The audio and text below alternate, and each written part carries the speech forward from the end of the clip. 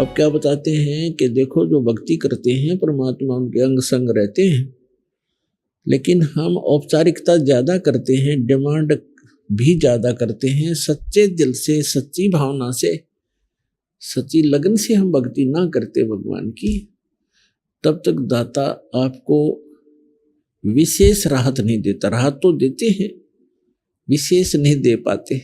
जैसे एक नामदेव नाम के महापुरुष थे और छिपा जाति में थे। वो छिपा जाति, छिपी जाति से दर्जी, और पूर्व संस्कार थे, बहुत अच्छे पुण्यात्मा थे। पुण्यात्मा ही भक्ति के लिए भटकते रहते हैं, कोई न कोई साधना वो करते ही रहते हैं। अपने आत्माओं जैसे नामदेव जी के माता पिता विट्ठल भगवान के पुजारी थे और पत्थर की मूर्ति बना रखी थी। जैसा भी कर्मकांड उनको बताया था वो एक औपचारिकता प्रतिदिन किया करते थे नियमित, कि प्रतिदिन सबसे पहले दूध निकाल कर गायों का भगवान विट्ठल की मूर्ति के सामने रखते थे, पर्दा लगा देते थे, और कुछ देर के बाद उसको उठा करके अपने सारे दूध में मिला करके अन्य भोजन में प्रसाद बनाकर वो खा लेते थे। एक दिन माता पिता को किसी कामवश एक हफ्ते के लिए बाहर जाना पड़ गया। नामदेव बालक ही था, 10-12 वर्ष का लड़का था। तो उन्होंने कहा कि बेटा आप घर पे रहना, भगवान विट्ठल को भोग लगाना, दूध सुबह सुबह दूध का भोग लगाना भगवान को, और पीछे भोजन करना बेटा। भगवान को भोग लगाए बगैर भोग आपने भोजन नहीं करना है, ऐसे याद रखना। कच्चा पिता माता पिता चले गए। सुबह नहा स्नान करके नामदेव जी ने कटोरा दूध का भर के भगवान विट्ठल की मूर्ति, पत्थर की मूर्ति के सामने रख दिया और करबद्ध खड़े हो गए कि भगवान विट्ठल भगवान भोग लगाओ, विट्ठल भगवान भोग लगाओ। अब उसको पूरे प्रोसेस का पता नहीं था कि कुछ देर में उठा करके माता पिता डाल लेते हैं अपने अन्य भोजन में।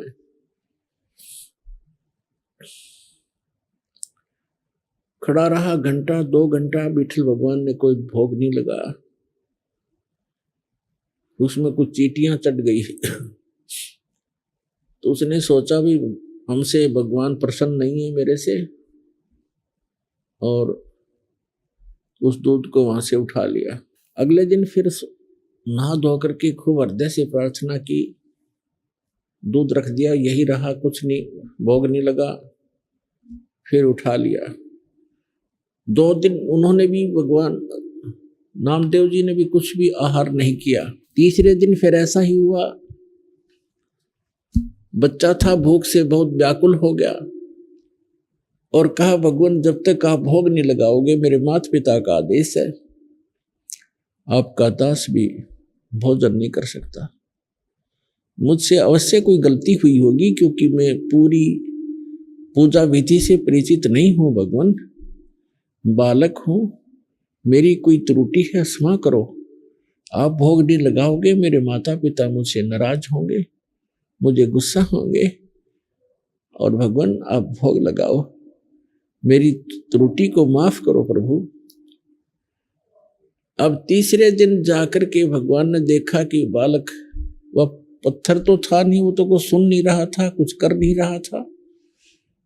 अब कहते हैं 100 साल सिद्धर मैं करूं अपने जन के काज, स्वयं परमात्मा आए सूक्ष्म रूप धारण करके, और पत्थर की मूर्ति के हाथ ऐसे आगे को बढ़ा दिए, उनमें कटोरा पकड़ा, और नामदेव समझ रहा है कि पत्थर पी रहा है, पी रहे थे भगवान सूक्ष्म रूप में। नामदेव की खुशी का कोई ठिकाना ना रहा। नहाया धोया, भोजन पाया। उनके माता पिता आए, उन्होंने तो आते ही पूछा कि बालक है, कहीं गलती से भोग ना लगाया हो भगवान को। पूछा बेटा भगवान को, विट्ठल भगवान को भोग लगाया था ना? उन्होंने कहा माता जी भोग तो मैं प्रतिदिन लगाता था, लेकिन भगवान ने नहीं लगाया। भगवान ने तीसरे दिन भोग लगाया, 2 दिन कुछ नहीं आहार किया, और मैंने भी कुछ नहीं किया, मैं भी दुखी बहुत हो गया था, भूख बहुत सताती थी, लेकिन मैंने भोग नहीं, मैंने आहार किया नहीं। तीसरे दिन मैंने विशेष प्रार्थना की, भगवान भोग लगाओ, तब भगवान ने भोग लगाया। अब वो नामदेव के माता पिता उस बच्चे के मुंह की तरफ देख रहे हैं कि ये झूठ बोल रहा है।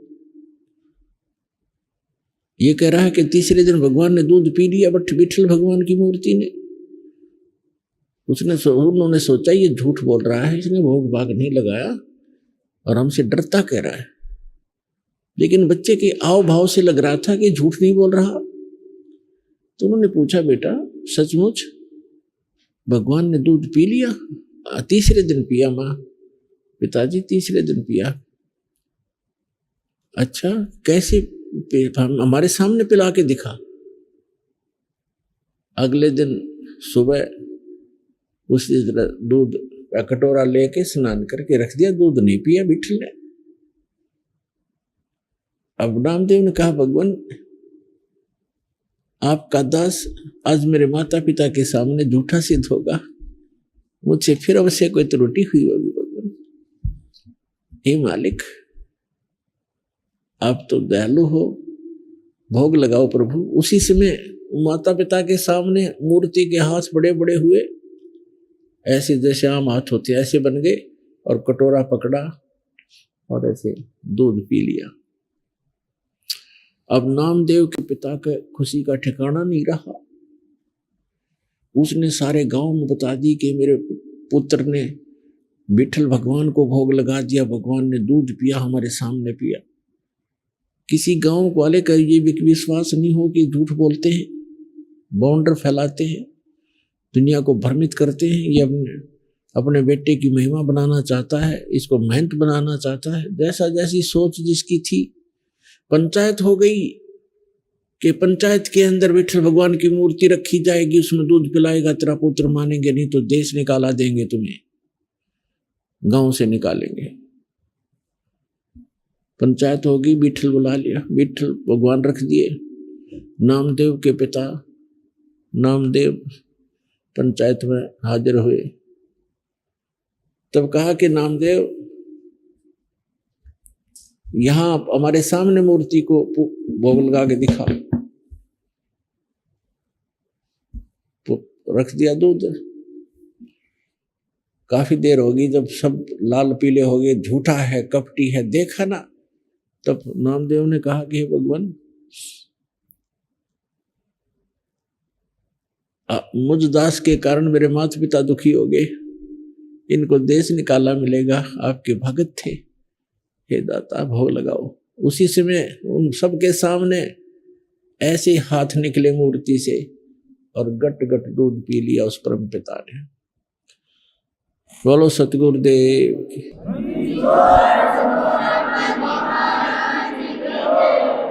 तो पुण्यात्माओं, ये न तो मूर्ति पी रही थी, भगवान ने जो कुछ किया कबीर भगवान ने किया, उस अपनी प्यारी आत्मा नामदेव के लिए किया, क्योंकि पूर्व जन्म का भक्त था।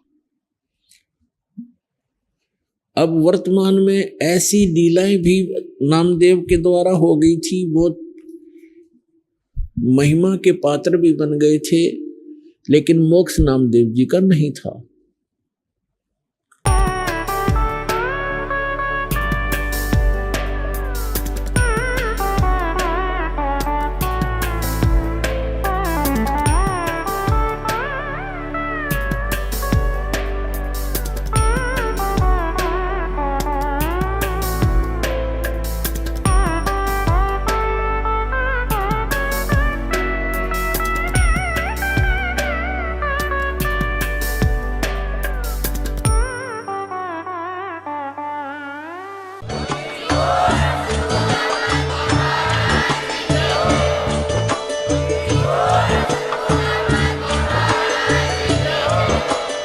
आप सुन रहे थे जगत गुरु तत्वदर्शी संत रामपाल जी महाराज जी के मंगल प्रवचन। अधिक जानकारी के लिए विजिट कीजिए हमारी वेबसाइट www.jagatgururampalji.org।